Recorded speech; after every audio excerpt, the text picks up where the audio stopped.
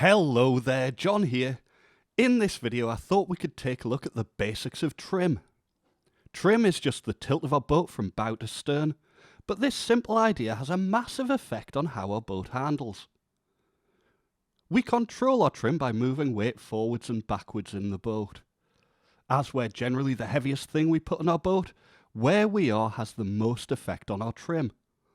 Most of us like a little bit of comfort and rarely move once we've found some, so getting our seat or kneeling thwart position right is really important, especially in smaller solo boats. From there we can make minor adjustments to our trim using the kit we carry with us. Spending a few minutes at the start of a trip making sure we've balanced our kit in the boat can save a lot of frustration and a stop to repack later. It's also often worth having a bag that's loose or easy to move that we can throw forwards in the boat or backwards to make adjustments to our trim while we're on the water. Finally, provided we haven't gone too far from level with our basic trim, we can unlock the magic of dynamic trim. By throwing our weight onto our knees or back onto the seat, we can momentarily switch from bow heavy to stern heavy trim. So that's how we control our trim. Let's take a look at what it actually does. You see, as we push a boat forwards, we create a flow of water hitting the bow and travelling towards the stern. That water hitting the boat is causing drag, and that drag is concentrated at the front of the boat. If we stop paddling and steering, the bow slows due to the drag, while the stern wants to keep going. That results in the stern trying to overtake the bow. While most noticeable when we stop paddling, this is happening when we're paddling too. Our boats want to turn. Now we can't change the laws of physics. The drag on our bow means our boat will always want to turn. But using trim we can control how much it wants to turn.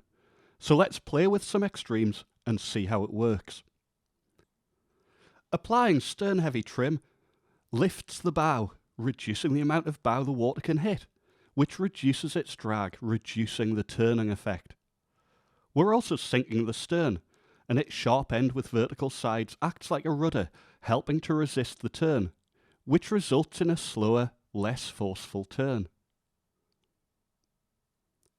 Now if we throw weight forwards, we increase the amount of bow in the water, increasing the drag and increasing the turning effect. We're also lifting the stern, reducing its contact with the water and freeing it to swing round further and faster. Now I don't normally go quite that extreme with my weight shift, but we can still gain the benefits from much more subtle trim. As most of the time we spend in our boat we're paddling forwards, setting our basic trim with where we are and where our kit is, so that we're just a little stern heavy, reduces the turning effect, which means we don't have to correct or steer so much and can spend more time pushing the boat forwards. We don't want to get too extreme here. The speed and efficiency of our hull relies on keeping our waterline long and having a bow shape that cuts into and parts the water with as little drag as possible. Trimming just an inch or two higher at the bow than the stern is enough to reduce the turning effect without losing the efficiency of the hull. The other advantage of not going too extreme with our basic trim is it unlocks our dynamic trim. If we want to do a dramatic pivoting turn, we can throw a weight onto our knees, driving the bow into the water, stalling it, and lifting the stern to swing around the turn. Paddling backwards works much the same way, just backwards. It's not about which way we're going, it's about the flow of water hitting the boat. To reduce the turning effect, we want to lift the end the water is hitting. In this case, the stern.